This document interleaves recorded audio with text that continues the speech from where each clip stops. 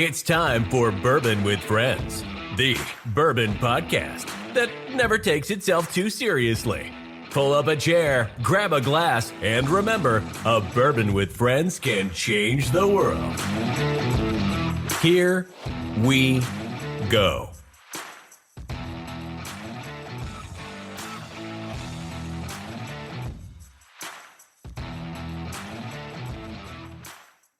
Hey everybody, welcome to Bourbon with Friends. Myself and Adrian are here to talk about whiskeys from around the world and how a bourbon or whiskey with friends can change the world. How are you doing? How's your time off been from social media? It's been I've actually really loved it. Today is day 9. It's been very, I don't know. I probably enjoyed it a little too much, but it's been good. It's been good. So how are you? This is like your first recording back. Yeah, it's first recording back with you, so I'm excited for that. And it's been an interesting recovery process, that's for sure. Slow, it's coming along. Very slow and steady. Yeah, slowly getting movement back. Slowly can move my arm, but not right now. I'm just gonna keep it on the armrest.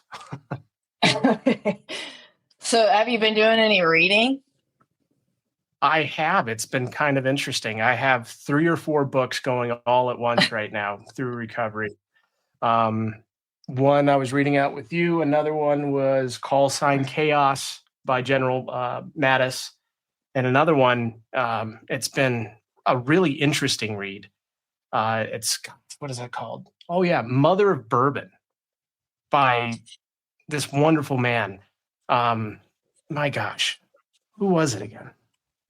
You're going to have to say it because knowing me, I'm going to mess up. His name is Kaveh Zamanian. All right. Please tell me I said that right. That was actually pretty good. All right, perfect. Yeah. Well, welcome on. Thank you for coming on. Yes, I'm personally very excited about this. So can you tell us a little bit, or tell our audience, we all, of course, know who you are. Can you tell our audience a little bit about yourself and how you came from being a clinical psychologist to what it is that you do now? Sure. First of all, thank you guys for having me. It's a pleasure to be with you. And so, I cut my teeth in the hospitality business, really just fell with fine wine and fine spirits. And my wife, who is a Kentucky gal, we met about 22, 23 years ago and started coming down here, eventually moved to Louisville. I got the bourbon bug and decided to jump down the rabbit hole with both feet and get in the whiskey business, learn how to make whiskey. And, it started with a 5-gallon still and then moved up to a giant 24-inch column still. And the rest is history. But it's been an amazing ride. And it's, in some ways we're just getting started. And actually Mary Dowling is really a kind of a new chapter, if you would, in what we've been doing at the distillery. And I'm so excited to be here and talk to you guys about it. Oh, 100%. I mean, everything that you're doing so far, from rabbit hole to now this amazing book. Now, I am going to preface this. I've only gotten to chapter 3, but half of chapter 3, because I've been on medications and in and out of surgeries constantly. But from what I've had so far, The Mother of Bourbon, this book right here, if you folks have not read it, get it. This is absolutely amazing. And it's a great, great story. I am going to finish it this weekend, no matter what happens. So, yeah. So let's get into it. How did you uncover the story of Mary Dowling? Initially it was just basically really a footnote. I was reading through Chet Zoller's book, which God bless him, he passed away a couple of years ago. He cataloged all the distilleries in Kentucky, and he had essentially a reference to Waterfill and Fraser and the Dowling family. And Mary Dowling was mentioned in there just by name as the partner of John Dowling. And that was kind of what piqued my curiosity. And after that, started looking into different places, found Chuck Chowdhury's book that also made a reference to the Dowling distillery, if you would, but really no reference to Mary. And then came across Fred's book, and Fred Minnick had mentioned Mary, but again in a paragraph. It's just very short, brief story about her. And it just piqued my curiosity. I was really interested in finding out more, and I did. And the more I discovered, I realized actually what's out there is not accurate, and wanted to see if I can get an opportunity to get it going, which ultimately came my way about 4 or 5 years ago, when a gentleman who owned the IP for Waterfill and Fraser and Dowling Brothers came to our distillery.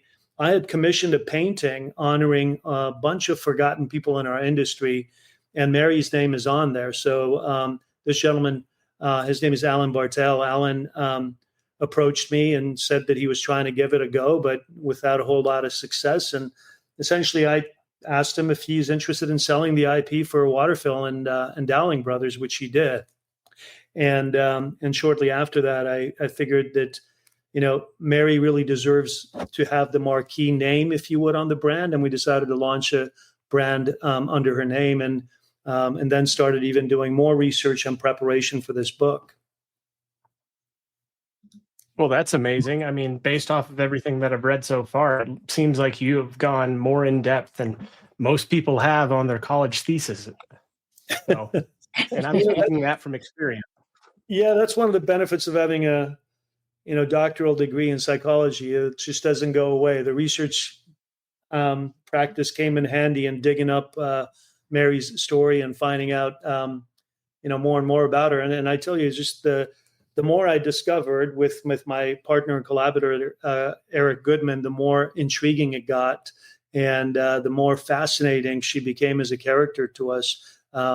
Talking to her family members, also the Beam family, as well as tons of information that came through various court documents and newspaper clippings and things of that nature.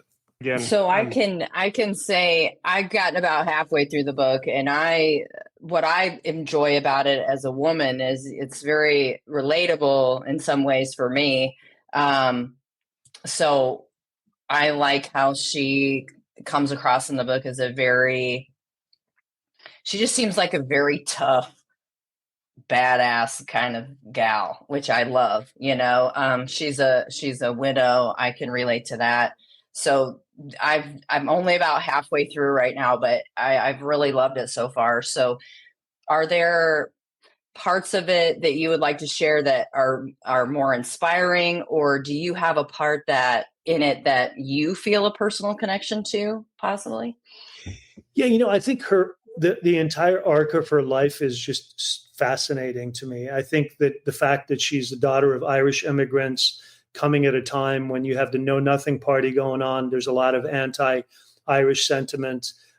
Essentially, immigrants and children of immigrants really is personally close to my heart, because I was born in Iran and I immigrated when I was a kid. So the idea of pursuing that American dream is really part of, I think, Mary's story, and certainly for me personally, is close to home. But I think, the other piece of it that's fascinating is that this is really also a love story between Mary and her husband, John, because John was an Irish immigrant.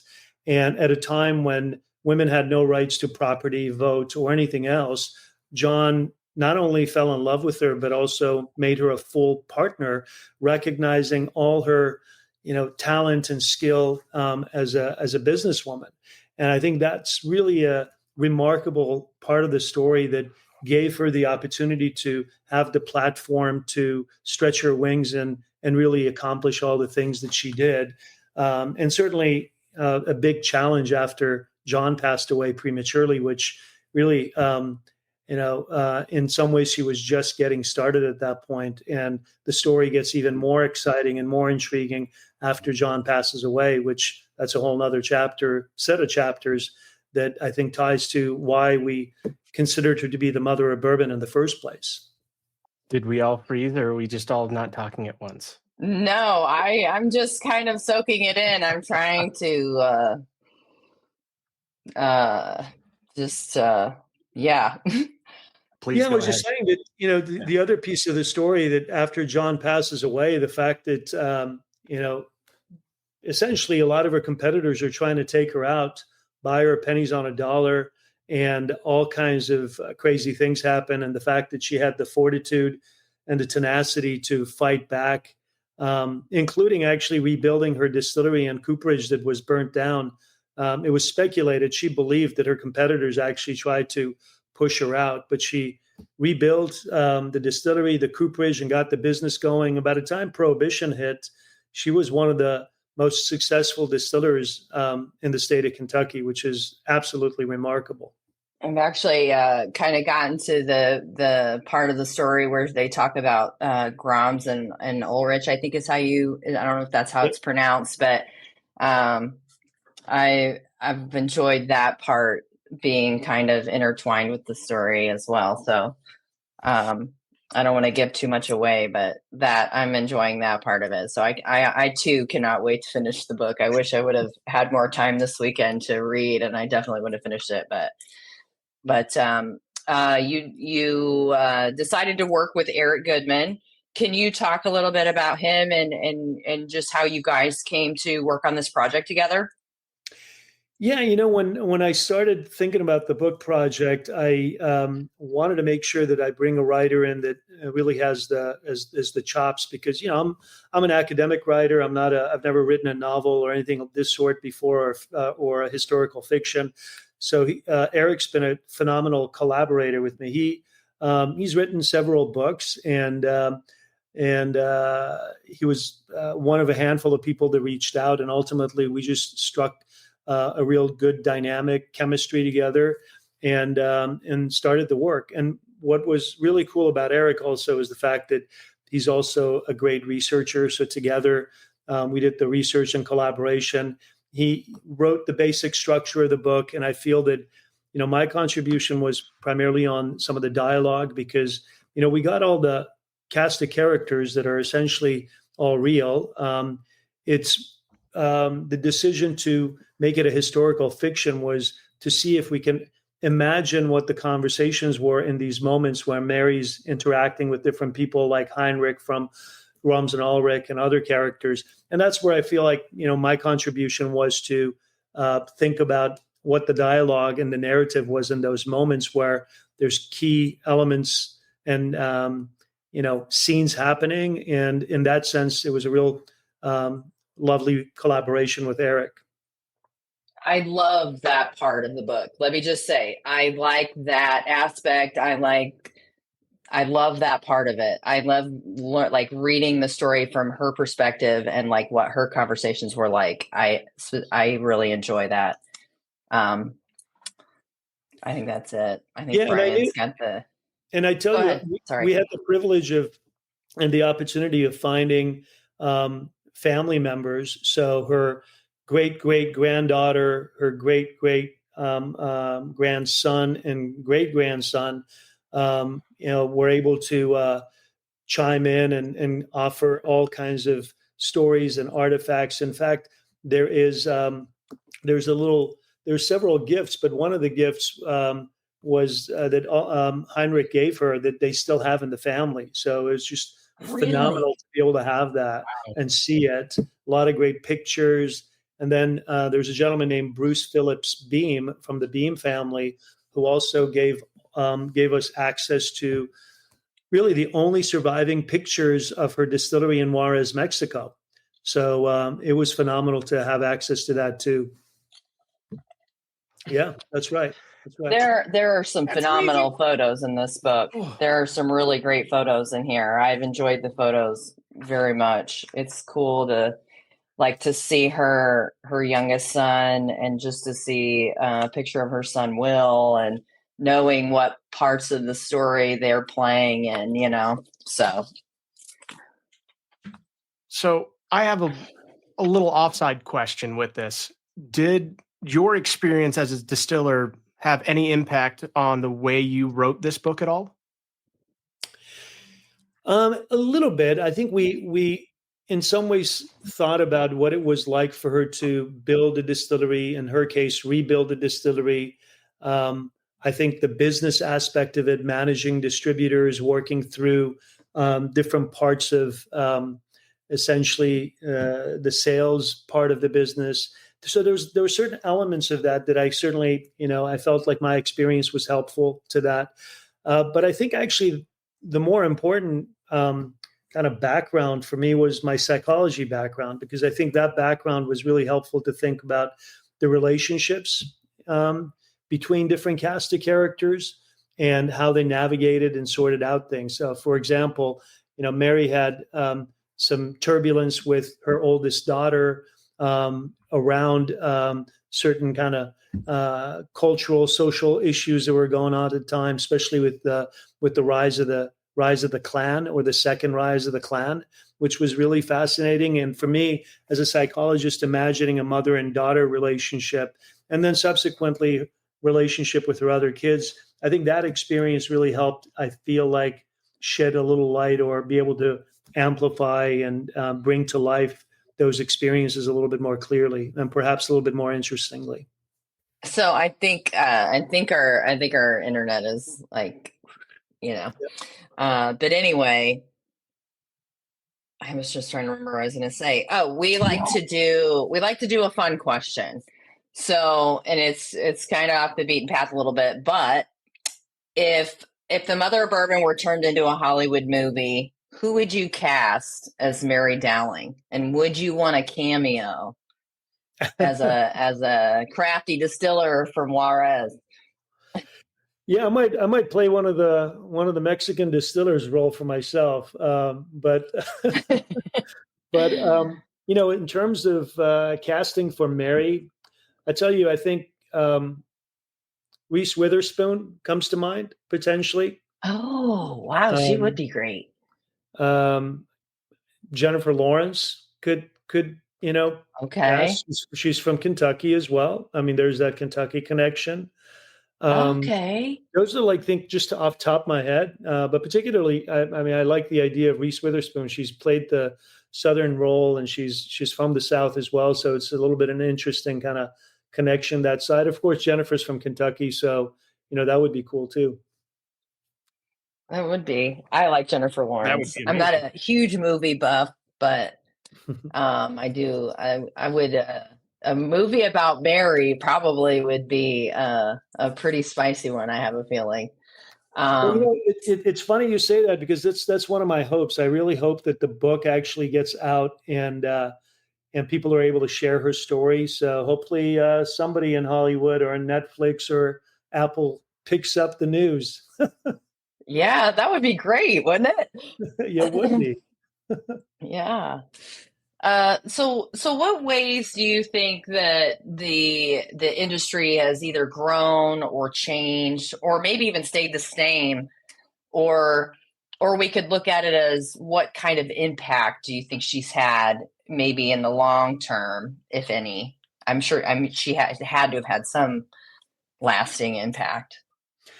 Well, I think probably the most important impact is the fact that the distillery in Juarez was still producing bourbon in 1964 when Congress was trying to declare bourbon an American spirit.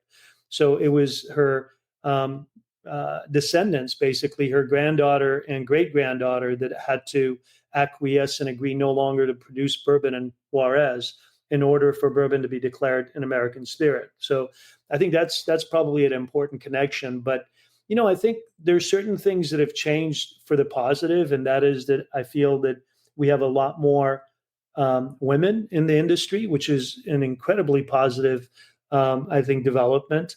I think the things that have stayed the same, it still is a pretty challenging and tough business. I think people lose sight. If you're not in the industry, they lose sight of how challenging it is to not only make it, run a distillery, but also then market and commercialize your products. I mean, it's so much work, and at every turn, you're facing some challenge of different sort. And for us, even something as basic as dealing with the 3-tier system is a challenge, right? So, there's definitely those positives of more women, but I think in some ways the challenges of running a business is still there.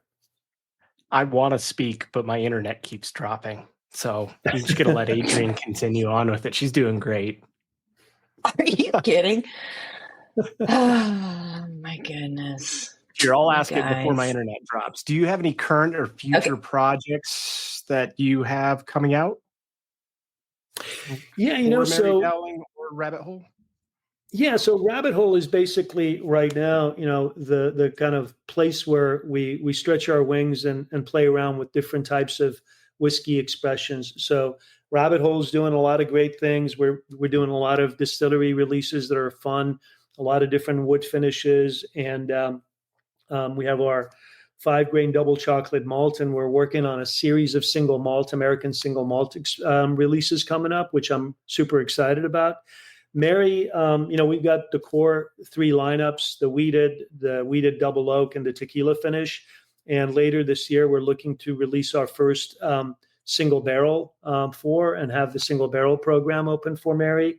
So I'm excited about that. And then last but not least, and maybe some of the big serious bourbon whiskey guys are going to balk at this, but we did release a s'mores flavored whiskey about a year ago. Called Mash and Mallow. And, that's just a little fun project that I'm really excited about. And it's not for the whiskey snobs, but the base liquid is fantastic and the taste is awesome. So that's another one we've been working on. Fantastic. I remember trying that when it first came out, and I had a blast with it. So I think I still have a little bit left in a bottle somewhere in this house. I have no idea where anymore because I've lost track, but it's somewhere. I'm going to find it soon now. I have had the is it called the Derringer of for the sherry cask finish Rabbit Hole? I have tried that one. That was a marvelous pour that I had. I was checking out the Mary Dowling website and the different expressions that are there. I was particularly eyeing the tequila finish high rye bourbon. Not a big wheat person, so when it says high rye, I kind of go that way. Mm-hmm. But before we finish up, do you where can folks get the book? Is it on Amazon, just regular, or? Yeah, it's on Amazon. It's on Barnes and Noble's website. All the kind of certainly big boxes should have it, and if they don't, they certainly can order for you. And a lot of great independent bookstores. I think if you go to your local independent bookstore, which I would highly recommend to support your local bookstore. I'm sure if they don't have it, they can certainly order it for you as well. Yeah, and I can speak to the integrity of the book. It's a very well-made book. It's a sewn book. It's a very nice book. Just to say, Adrian, that's very sweet. Yeah. You guys are both amazing. Yes. So we got one question that we love to ask, and it's what's your favorite whiskey memory? It could be from any time in your life, just spirit or whiskey memory that you would like to share with us. Well, I'll tell you, this is a story that goes to my early days of Rabbit Hole. So I was in those early days trying to raise money to get going, and there's a gentleman. His name is John Reisert. He also unfortunately passed away a couple of years ago. We became dear friends, and I was pitching to John essentially the Rabbit Hole project. And we became friendly, and he said, "Hey, you want to see my bourbon collection?" And I said, "Sure." So he takes me down to the basement of his house and this room, and opens the door. And I kid you not, there were unopened cases of bourbon Old Fitzgerald from Stetzel Weller from 1958 to 1964.